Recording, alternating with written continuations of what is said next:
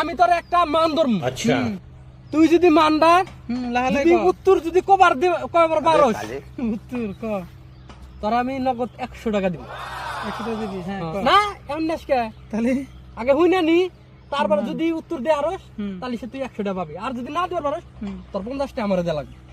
না কহলি 50 টাকা আর কহলি তোর 100 টাকা দিম আমি। ডান ওকে হ্যাঁ ঠিক আছে। মানডা হইলো এটা আমার খেত না। হ্যাঁ মাকই খেত ক এহেন দিয়া আমি সবে রাইবার দিমু। এহেন দিয়া আমি সবে রাইবার দিমু ঠিক আছে ক লেকিন কাউ রাইবার দিম না।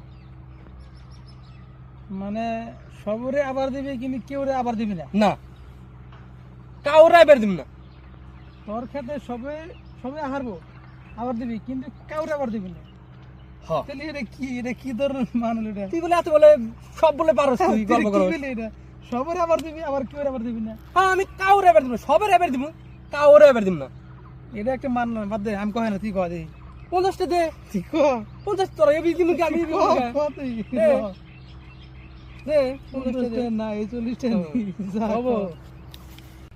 কিন্তু যদি না কহরস তোর টেহাটা তোর আমার কাছে আগে দেন তো তোর 100 টাকা দে এখন ক।